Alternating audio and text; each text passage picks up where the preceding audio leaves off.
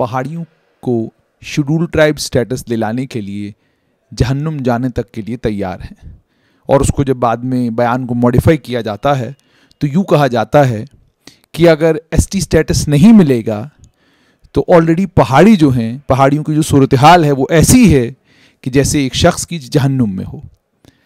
इस तरह की कुछ बातें कही जा रही हैं, इन्हीं अल्फाज को तोड़ा मरोड़ा जा रहा है। लेकिन सवाल ये है कि क्या वाकई पहाड़ी कबीला को लेकर जो शेड्यूल ट्राइब की मांग है उसके लिए जो आज क्लेम किए जा रहे हैं, क्या वो सदाकत पर मबनी है? इसी पर बात करने के लिए मेरे साथ पहाड़ी कबीला के एक और बड़े लीडर हैं, मुर्तज़ा खान।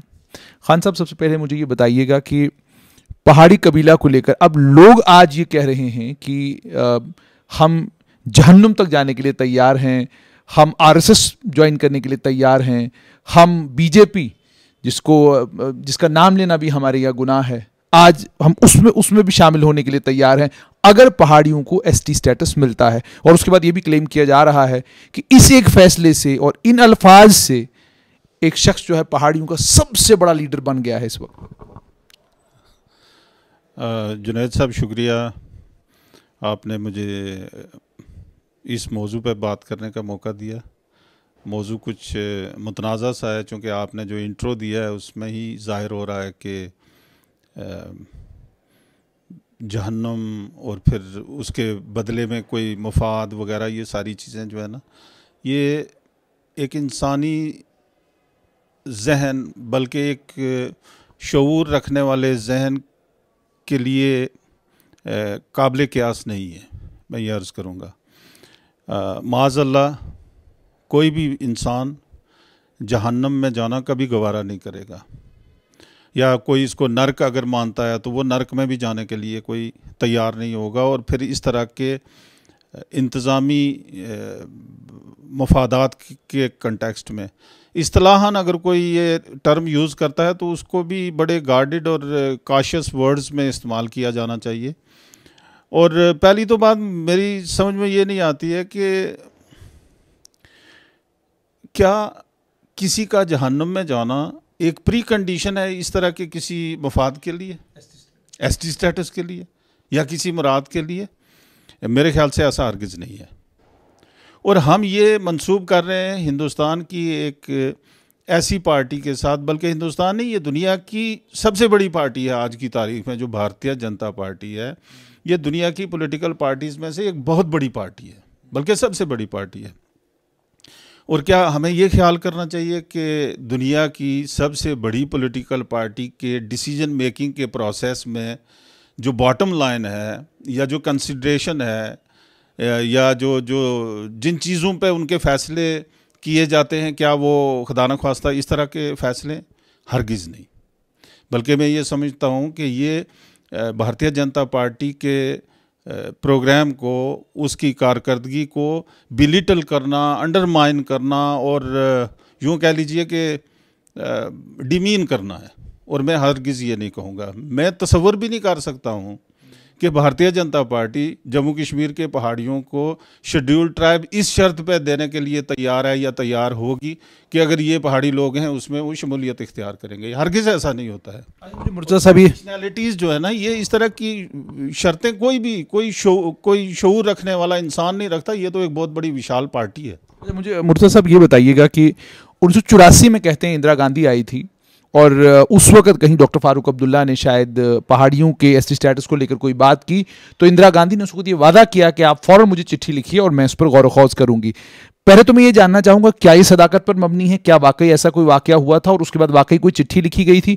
और अगर लिखी गई थी तो उस वक्त फिर पहाड़ियों को एसटी स्टेटस क्यों नहीं मिला? उसकी क्या वजूहत थी, अगर आपको कोई इल्म हो इसको? देखिए, मैं तो ज़ाती तौर पे तो उस प्रोसेस में कभी भी इन्वॉल्व नहीं था। मैं एक विटनेस नहीं हूँ, तो इसलिए मैं ये हरगिज़ नहीं कह सकता हूँ कि फ़ारूक अब्दुल्ला साहब और इंदिरा गांधी के माबैन जो है वो क्या गुफ्तो शनीद हुई है। लेकिन जो डॉक्यूमेंट्स हमारे सामने आ रहे हैं उसमें जो पहला डॉक्यूमेंट है वो 1989 का एक डिसीजन है government of Jammu and Kashmir का, जिसमें उन्होंने पहली मरतबा रेकमेंड किया है कि ये कम्युनिटीज़ का केस गवर्नमेंट ऑफ इंडिया के पास। सरकार जिस हुकूमत ने रिकमेंड किया था वो क्या लेफ्ट गवर्नर की हुकूमत थी या वो यहाँ पर नेशनल कॉन्फ्रेंस की जो क़यादत वाली हुकूमत थी? देखिए पहले तो ये हमें थोड़ा सा ये कन्फ्यूजन दूर करने की ज़रूरत है, क्योंकि मैंने भी डॉक्टर फारूक अब्दुल्ला साहब को ये कहते हुए सुना है एक दो इंटरव्यूज़ में, उन्होंने ये कहा जी कि मैंने इंदिरा गांधी के साथ ये मसला उठाया और मैंने कहा कि पहाड़ियों को शेड्यूल ट्राइब दो। डॉक्टर साहब ने ही रिकमेंड किया अगर 1989 में, तो 89 से तो 5 साल पहले इंदिरा जी जो हैं वो इस दुनिया से चली गई थी। तो मेरी समझ से ये बालातर है कि ये फारूक साहब उनकी वफ़ात के बाद भी उनके साथ राब्ते में अगर थे तो वो वही जानते होंगे, मैं तो नहीं कह सकता, क्योंकि जो डॉक्यूमेंट्स है वो तो ये सुजेस्ट कर रहे हैं कि जो पहली चिट्ठी गई है government of Jammu and Kashmir की तरफ से वो 1989 में गई है। तो 84 में फारूक साहब इंदिरा गांधी जी से ये इस इशू पर क्या डिस्कशन कर रहे थे वही बता सकते हैं, मैं नहीं बता सकता। अच्छा खान साहब, उसके बाद मुझे बताइए 89 के बाद सरकार बनी जम्मू कश्मीर में 1996 में नेशनल कॉन्फ्रेंस की क़यादत वाली, और वो फुल मेजॉरिटी वाली सरकार थी, उनके पास 2/3 मेजॉरिटी थी। 2002 तक वो 6 साल वो हुकूमत रही। उस हुकूमत में भी पहाड़ी कबीला के बड़े ताकतवर लीडर मिनिस्टर रहे। जानना चाहूंगा क्या कोई रिकॉर्ड है जो रिकॉर्ड ये साबित करता हो कि इन लीडरों ने उस दौर में उस वक्त में पहाड़ियों के एससी स्टेटस को लेकर जबरदस्त कोई जद्दोजहद की हो, या हुकूमत के साथ कहीं ये टेकअप किया हो, या दिल्ली के लेवल पर कहीं उस वक्त के एनडीए हुकूमत के साथ टेकअप किया हो? कोई ऐसा रिकॉर्ड आपको? देखिए जुनैद साहब, पहले तो हमें बहुत सारी चीज़ों को एक क्लियर माइंड के साथ समझना चाहिए। खाली खतो किताबत से इस तरह के फैसले नहीं होते हैं, इस तरह की मुराद नहीं मिलती हैं। उसमें एक कंटिन्यूस प्रोसेस ऑफ परसुएशन चाहिए होता है।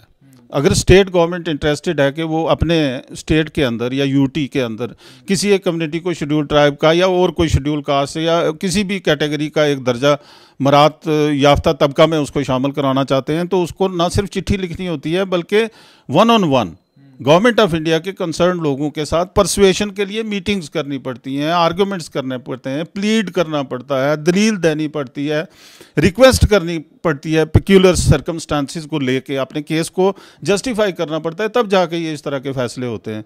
और खाली अगर कोई ये नेशनल कॉन्फ्रेंस कहे या फॉर दैट मैटर कोई भी ये पार्टी कहे कि हमने जी एक चिट्ठी लिख दी थी, तो उस चिट्ठी पे हो जाना चाहिए था, और फिर उस चिट्ठी को बुनियाद बना के फिर ब्लफ करते रहे सारी ज़िंदगी जो है कि हमने पहाड़ियों के लिए कोई तूफ़ान मचा के रखा। मेरी नज़र में इस तरह की कोई परसुएशन का प्रोसेस जो है वो नहीं गुजरा है।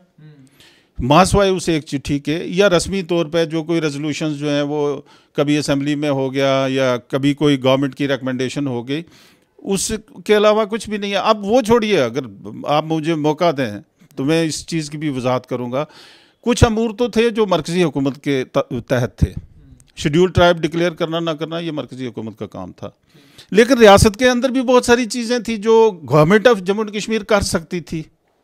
मिसाल के तौर पे जो 4% की रिजर्वेशन, इसकी थोड़ी सी बैकग्राउंड मैं आपको बताऊं कि ये bill first time national conference वाले अपनी छाती ठोक के बड़े वो से कहते हैं बड़े दावे के साथ कि ये बिल हमने इंट्रोड्यूस किया 2014 में। उसकी बैकग्राउंड ये है कि जब 2013-14 का इलेक्शन आया तो इलेक्शन से कुछ दिन पहले इन्होंने एक हश हश मैनर में एक बिल इंट्रोड्यूस किया और पहाड़ियों को 5% रिजर्वेशन पास कर दी। और ये जिन साहब का आपने जिक्र, जो लोग आज ये कहते हैं कि वो कौम के दर्द की खातर जहन्नम में जाने के लिए तैयार हैं, ये भी उन दिनों इक़्तिदार में थे। और मैंने इन लोगों से ये कहा कि बाबा ये जो आप बिल पास करवा के लेके हमें दिखा रहे हो, ये एक सियासी शोबदाबाजी से ज़्यादा कुछ भी नहीं है। और उसकी वजह यह है कि किसी भी कम्युनिटी को रिजर्वेशन के ज़िम्रा में लाने के लिए जो मुतलका कमीशन है, जैसे बैकवर्ड क्लासेस कमीशन है, Jammu and Kashmir state backward classes commission है, जो सुप्रीम कोर्ट की डायरेक्शंस के ताबिया बनाया गया था। एक तो नेशनल लेवल पे बैकवर्ड क्लासेस कमीशन था और उसके अलावा हर स्टेट के अंदर अपने अपने बैकवर्ड क्लासेस कमीशन थे। और किसी भी कम्युनिटी को इस रिजर्वेशन के किसी ज़िम्रा में लाने के लिए या उससे खारिज करने के लिए बैकवर्ड क्लासेस कमीशन की सिफारिश लाजमी थी। तो लिहाजा इन्होंने बैकवर्ड क्लासेस कमीशन से सिफारिश लिए बगैर ही नेशनल कॉन्फ्रेंस ने ला के एक कागज़ असेंबली में रख दिया, उसको कहा जी हमने बिल पास कर दिया। अल्टीमेटली वो जिस वक्त गवर्नर साहब के पास गया तो गवर्नर साहब ने उस पर कानूनी जो है वज़रात लगाए और वो वापस चला गया। फिर उसको 5 साल लगे फिर बाकायदा वो बैकवर्ड क्लासेस कमीशन के ज़रिए से बीजेपी और पीडीपी की जो हुकूमत थी उसमें वो दोबारा से पास होके फिर गया गवर्नर के पास, गवर्नर साहब ने फिर उस पर एतराज़ात लगा दिए। और फिर जब ये 370 के एब्रोगेशन के बाद जो यहाँ डिस्पेंसेशन थी गवर्नर्स रूल, उस ज़माने में जाके फिर वो 4% रिजर्वेशन जो है वो थ्रू हुई है। लिहाजा अगर कोई भी ये पार्टी ये कहती है कि उन्होंने बड़ा ज़ोर लगाया इस पर, तो ठीक है, उधर जोर लगाया, लेकिन रियासत के अंदर जो कुछ कर सकते थे वो क्यों नहीं किया? खान साहब, एक बात जो मैं आपसे समझ रहा हूँ वो ये मैं समझ रहा हूँ कि सियासी मजबूरियां थी 2014 में जब आपने एक बिल पास किया, और उस बिल को भी आपने, जैसे आप बता रहे हैं कि बड़ी जल्दबाजी में आपने उस बिल को पास किया, वो नहीं करना चाहिए था। कानून के खिलाफ था वो बिल, कानून के खिलाफ था। देखें, हमारा रिजर्वेशन एक्ट है जो 2004 का, रिजर्वेशन एक्ट की सेक्शन 2 में ये बाकायदा प्रोवाइडेड है कि इस रिजर्वेशन में जो कैटेगरीज हैं उसमें से किसी एक कम्युनिटी को एक्सक्लूड करना हो या इंक्लूड करना हो, उसके लिए बाकायदा बैकवर्ड क्लासेस कमीशन की सिफारिश चाहिए। और अगर आप सिफारिश के बगैर बिल लेके आए हैं जैसा कि इन्होंने लाया था, वो तो गैर कानूनी बिल था। वो तो अगर पास भी हो गया, गवर्नर ने उस पर असेंट भी दे दी होती, वो तो 2 मिनट में चैलेंज हो के हाई कोर्ट में से उसको स्टे हो जाना था। जैसे जाट की रिजर्वेशन नेशनल लेवल पे कमीशन की सिफारिश के बावजूद सुप्रीम कोर्ट ने उसको रिजेक्ट कर दिया था, ये कह के कि एक्सटेंसिव इस पे जस्टिफिकेशन उस तरीके से नहीं दी है कमीशन ने जिस तरीके से देनी चाहिए थी। तो ये तो बगैर सिफारिश के था, इसका तो 2 सेकंड में इसको स्टे हो जाना था। तो वो एक सियासी शोबदाबाजी थी।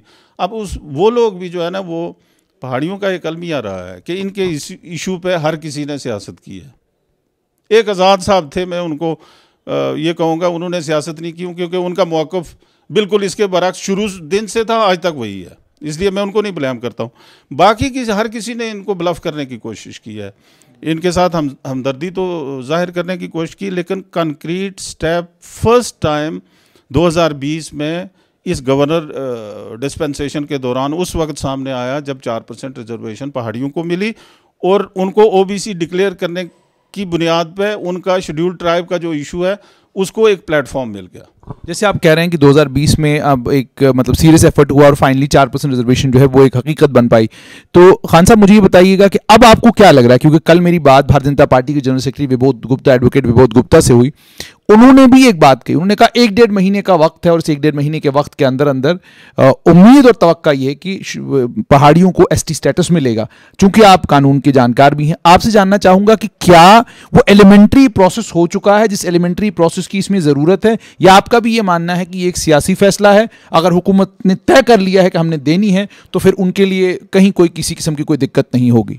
देखिए, एक खुशाइंद बात यह है कि हुकूमत ने इसको सियासी इशू के तौर पर नहीं लिया है, और उसकी वजाहत मैं इस तरीके से करूँगा कि मैंने एक डेलीगेशन को रिप्रेजेंट किया दिसंबर 19 में 2019 में, इस 370 के जाने के कुछ अरसा बाद, और होम मिनिस्टर साहब के सामने हमने ये केस रखा। मैं ही उस डेलीगेशन को लीड कर रहा था, और जब हमारा केस होम मिनिस्टर साहब ने सुना, बड़े पैशनेटली आप कह लीजिए कि उस हमारी सारी मुश्किलात को सुनने के बाद उन्होंने कहा कि हम ये आपके इशू को एड्रेस करेंगे, लेकिन साथ में उन्होंने ये भी कहा कि हम इसको प्रोसीजर को बाईपास करके नहीं करेंगे, उसके लिए हम एक कमीशन का गठन करेंगे, उस कमीशन के ज़रिए से ये रेकमेंड होगा, इसकी सिफारिश होगी, और उसके बाद जो है वो इस पर डिसीजन लिया जाएगा।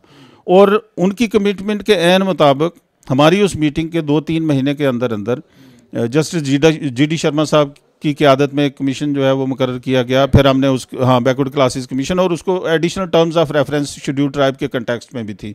फिर हमने उनको रिप्रेजेंट किया, डॉक्यूमेंटेशन दी, डेलीगेशंस मिले, उनको जो भी हमारा जो आप कह लीजिए सोशो इकनॉमिक और एथनिक कैरेक्टर को जस्टिफाई करने के लिए जो भी डॉक्यूमेंटेशन थी वो हमने उनको प्रोवाइड किए। उसके बाद उन्होंने अपना एक व्यू लिया होगा, और हम उसकी बुनियाद पर ये कह रहे हैं कि हम ये एक्सपेक्ट कर रहे हैं। अब कमीशन की क्या रिपोर्ट है वो तो नहीं हम जानते क्योंकि वो पब्लिक नहीं हुई है, बट जो हमें अंदाज़ा है चीज़ों का कि उन्होंने हमारा केस जो है वो पॉजिटिवली रिकमेंड किया, और गवर्नमेंट का ये फैसला हम जो एक्सपेक्ट कर रहे हैं होने जा रहा है वो फैसला मेरिट की बुनियाद पे होगा।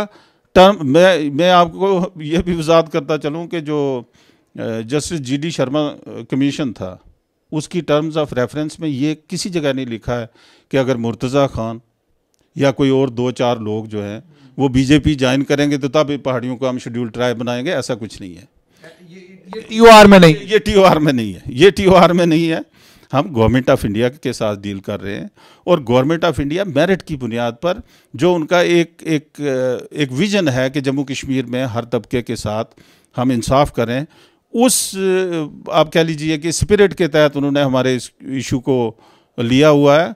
हरगिज़ ये नहीं है कि हम बीजेपी में ज्वाइन होंगे तो उसके बदले में हमें बीजेपी शेड्यूल ट्राइब देगी, ऐसा बिल्कुल नहीं है। हाँ, एक बात मैं वजाहत करता चलूँ कि जब मैंने होम मिनिस्टर साहब से, मैंने 3 मरतबा होम मिनिस्टर साहब से अपना ये केस जो है ये रखा है, और जब भी मैंने बात की अपना सारा इशू रखने के बाद मैंने बड़े मौदबाना अंदाज से उनसे ये रिक्वेस्ट किया कि जनाब हम एहसान फरामोश भी नहीं है, आप हमारी तरफ अगर ये एक इस तरह का रवैया मस्बत रखेंगे हम भी इस चीज़ को ज़रूर याद रखेंगे।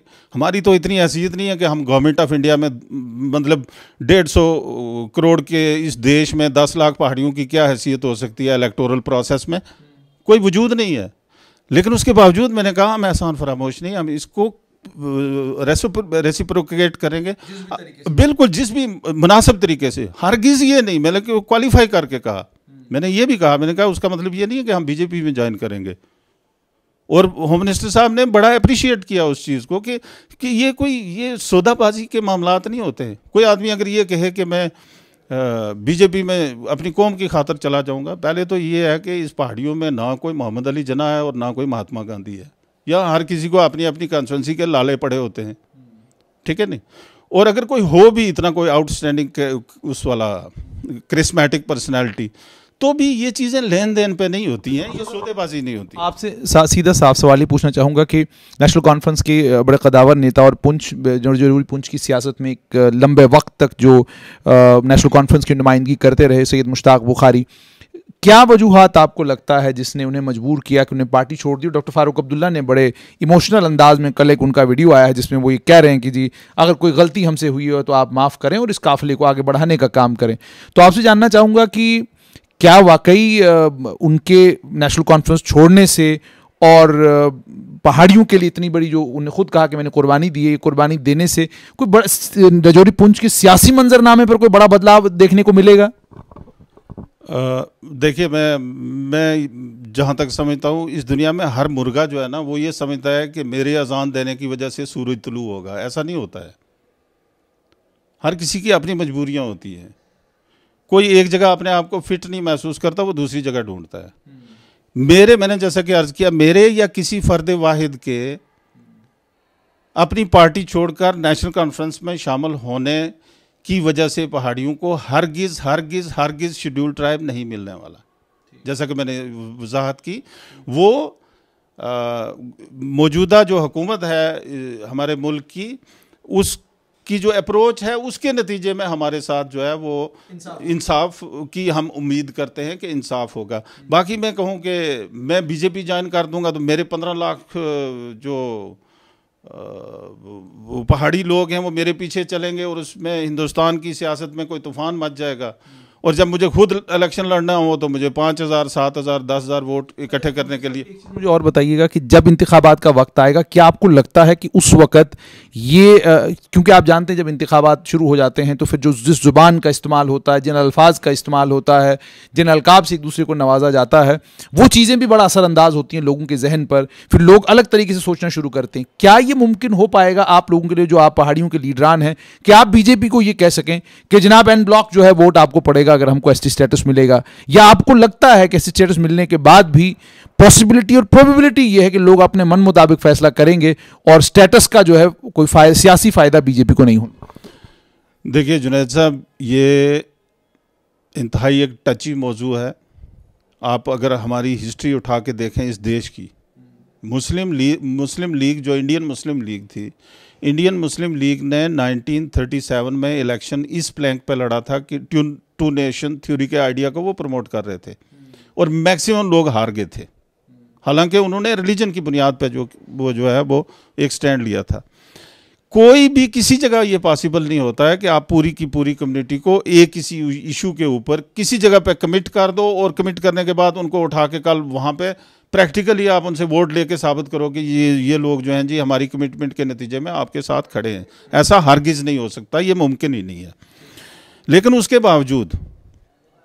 बावजूद जो जिस जाविये से मैं चीज़ों को देखता हूँ, और मैं ये भी बताता चलूँ कि इसी चीज़ के पेश नज़र जब मैंने होम मिनिस्टर साहब से बात की तो मैंने उनसे ये कहा था कि जहाँ पे एक पॉसिबल प्रैग्मेटिक अप्रोच को हमें फॉलो करना पड़ेगा जिसके नतीजे में हम रेस्पॉन्ड करेंगे। मैं उस पर आता हूँ। ये एक ब्लफ होगा अगर मैं ये कहूँ कि सारे के सारे पहाड़ी जो है बीजेपी में चले जाएंगे या बीजेपी में वोट दे देंगे। बहुत सारे पहाड़ी लोग जो हैं मुख्तलिफ पॉलिटिकल पार्टीज़ के साथ एफिलेटेड हैं, और ये मुमकिन ही नहीं है कि हम सब के सब को वहाँ से छुड़ा के आके बीजेपी में शामिल कर देंगे। लेकिन हमारा एक फोरम है, पहाड़ी कल्चरल एंड वेलफेयर फोरम, पिछले 40-45 साल से वो पहाड़ियों के इश्यूज़ को रिप्रेजेंट कर रहा है। और मैंने जो होम मिनिस्टर साहब से 2-3 मरतबा डेलीगेशंस को लीड किया, मुलाकात की, वो उसी फोरम के ज़रिए से की। हम उस फोरम को यूटिलाइज़ कर सकते हैं एक गुडविल जनरेट करने के लिए कि अगर हमने एक कमिटमेंट किया गवर्नमेंट ऑफ इंडिया के साथ कि हम एहसान का बदला एहसान से चुकाने की कोशिश करेंगे, तो हम उस तरीके से जाके अपने लोगों को ये कह सकते हैं कि हमने एक कमिटमेंट की है। उन्होंने इंतहाई एक अहसन तरीके से हमारे साथ गवर्नमेंट ऑफ इंडिया पेश आई है। हमें भी, हमारा दीन भी हमें ये सिखाता है कि एहसान का बदला एहसान से दिया जाए। उस तरीके से जाके हम लोगों की, वो एक तरीका है कि हम लोगों को परसुएड करेंगे कि इस तरीके से हमने। बाकी अगर सौदागरी पे, मुझे अफसोस होता है हमारे यहाँ कुछ पहाड़ी लोग भी ऐसे हैं वो जो पब्लिक में जाके तकरीरें करते हैं और लोगों, बीजेपी की यहाँ लोकल लीडरशिप को ये कहते हैं कि आप दिल्ली वालों को जाके ये बोलो कि पहाड़ियों को अगर आपने शेड्यूल ट्राइब देना है तो इलेक्शन से 2 महीने पहले दो और ऑर्डिनेंस की सूरत में दो, ताकि इनके सर पे एक तलवार लटकी रहे कि अगर इन्होंने बीजेपी को वोट नहीं दिया तो बीजेपी उस ऑर्डिनेंस को हाउस में एक बिल की सूरत में नहीं लेके जाएगी, ताकि उनको डर। और मैं हैरान हूँ किस तरह के लोग हैं। ये फैसले इस तरह से नहीं होते हैं। पब्लिक, एक वोटर का क्या माइंड होता है आप कभी भी नहीं जज कर सकते। उसके लिए एक माहौल बनाने की ज़रूरत होती है। आप क्या किसी को प्रेशराइज करके, बारगेनिंग करके, या मैं सख्त अल्फाज इस्तेमाल करूंगा कि ब्लैकमेलिंग करके किसी का वोट हासिल कर सकेंगे? हरगिज़ नहीं है। अच्छा, आखिर में खान साहब मुझे ये भी बताइएगा कि पिछले, अगर मैं 3 सालों की बात करूं तो पहाड़ी कबीले से ताल्लुक रखने वाले इकबाल मंडी के एक बड़े लीडर हैं, उन्होंने बीजेपी ज्वाइन की है। एक बड़े लीडर ने नेशनल कॉन्फ्रेंस छोड़ दी, सैयद मुश्ताक बुखारी ने। उसके अलावा भी कुछ और पहाड़ी लीडर हैं जिन पहाड़ी लीडरों के रवाबित भारतीय जनता पार्टी के लीडरों के साथ है और लगता है कि वो भी आने वाले वक्त में बीजेपी ज्वाइन कर सकते हैं। लेकिन खान साहब, जिस गुज्जर बकरवाल कबीला के पास एसटी स्टेटस ऑलरेडी है, जिन्हें फॉरेस्ट राइट्स का कानून मिल गया, जिन्हें एससी एसटी एट्रॉसिटीज एक्ट मिल गया, जिन्हें इतनी सारी मुराद 5 अगस्त 2019 के बाद मिली हैं, उनमें से कोई बड़ा गुज्जर लीडर अभी तक जो है बीजेपी ज्वाइन नहीं किया है और ना ही उसने बीजेपी ज्वाइन करने का कोई इंक्लिनेशन अभी तक दिखाया। कोई बड़ा गुज्जर लीडर ज्वाइन नहीं किया है। तो आपसे जानना चाहूंगा कि आपके लीडर लाइन में लगे हैं ज्वाइन करने के लिए, और वहां उस कबीला से ताल्लुक रखने वाले लोग जिनको पॉलिटिकल रिजर्वेशन भी मिल गया, फॉरेस्ट राइट्स एक्ट भी मिल गया, एससी एसटी एट्रॉसिटीज एक्ट भी मिल गया, उनमें से कोई भी बड़ा लीडर बीजेपी ज्वाइन करने के लिए तैयार नहीं, ना ही किसी बड़े लीडर ने नेशनल कॉन्फ्रेंस या पीडीपी छोड़ी। देखिए, मैं ये जो लीडर और बड़ा लीडर और छोटा लीडर, ये बेसिकली सब्जेक्टिव टर्म्स हैं, ठीक है नहीं। एक किसी को एक जगह पे एक आदमी बड़ा लीडर मानता होगा, वही आदमी दूसरी जगह पे दूसरे लोगों के लिए छोटे से छोटा लीडर भी हो सकता है। हमें लीडरों से नहीं, गर्ज ये है कि आप एक नैरेटिव क्या बिल्डअप करते हैं अपनी इस कम्युनिटी के अंदर, आप एक क्या मैसेज लेके जाते हैं, और फिर तरीकाकार क्या है, आपका मैसेज लेके जाने का तरीकाकार क्या है, वो इम्पॉर्टेंट चीज़ है। आप अप्रोच किस तरीके से करते हैं। अगर तो आप उनको अप्रोच कर रहे हैं एक सौदागर की हैसियत से, उसका रिएक्शन होगा नेचुरली, पॉलिटिकल वर्कर के अंदर भी रिएक्शन होगा और लोगों के अंदर भी रिएक्शन होगा। लेकिन अगर आप एक डिफरेंट अप्रोच लेके लोगों के पास जाते हैं और जस्टिफाई करते हैं कि हमारा एक इशू जो देरीना इशू था, जिसमें लोगों, किसी ने इंसाफ हमारे साथ नहीं किया, आज उन्होंने इंसाफ किया, तो हम उसको रेस्पॉन्ड करें। और रेस्पॉन्ड करने के तरीके हैं।